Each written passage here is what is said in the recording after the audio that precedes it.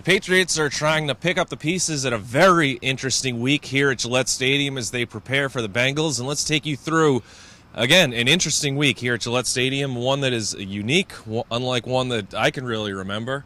And it all started when they returned home from just an ugly loss against the Chiefs, the second worst loss in the Brady-Belichick era. 41-14. One could argue it might not have even been that close. I mean, when you're looking for life when it's 27-7, that kind of just details how bad it really was. Yeah, I think we all figured it's Kansas City Arrowhead Stadium with the noise and the level of fandom there. It was going to be a tough place to get a win, or it was going to be a close game for the Patriots to pull out. But what happened Monday night was not what you would have expected. This was a disaster.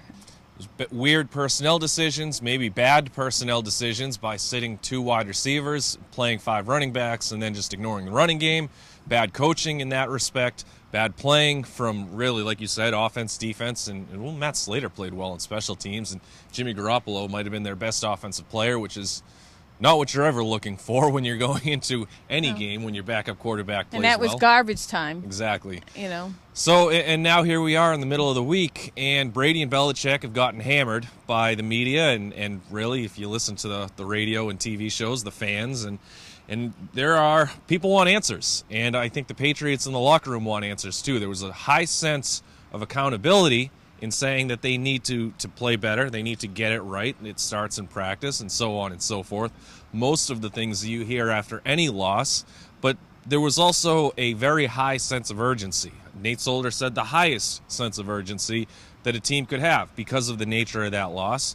But you also heard players, Tom Brady included, saying they were curious to see how they would respond Sunday night against the Bengals. So when you're talking about doing it and not saying it and saying all the right things, but then kind of qualifying it by saying, not really sure if it's going to happen, they want to see what this team is made of themselves, how reassuring can that really be? Right. I thought Brady's words were the most telling, because normally you say, well, Tom, do you think you guys have what it takes to win? Do you have the personnel to win? And his answer wasn't, yeah, I think we have what's here to get the job done. His answer was, we'll see. In other words, either he doesn't know or he's just kind of giving a safe answer, which is kind of not quite what you would want, reassuring or what you'd want to hear. Yeah, I mean, maybe Brady is just demanding more accountability from those around him. Why build them up when they're not helping him play at his best either? So, why bail them out? Or maybe Brady just realizes, and I think to an extent we know that he realizes, this team has huge, genuine flaws. They cannot get into a situation where they can be a one-dimensional offense. They've proven that through 4 games already. And if they're going to dig themselves into big holes, they're going to be a one-dimensional offense. And that's not good for Brady, his well-being, his bones. I mean, the offensive line continues to let him get whacked. There was one play on Monday night when all 4 linemen who had one-on-one matchups got beat by one-on-one matchups. I mean, that's just stuff that cannot happen.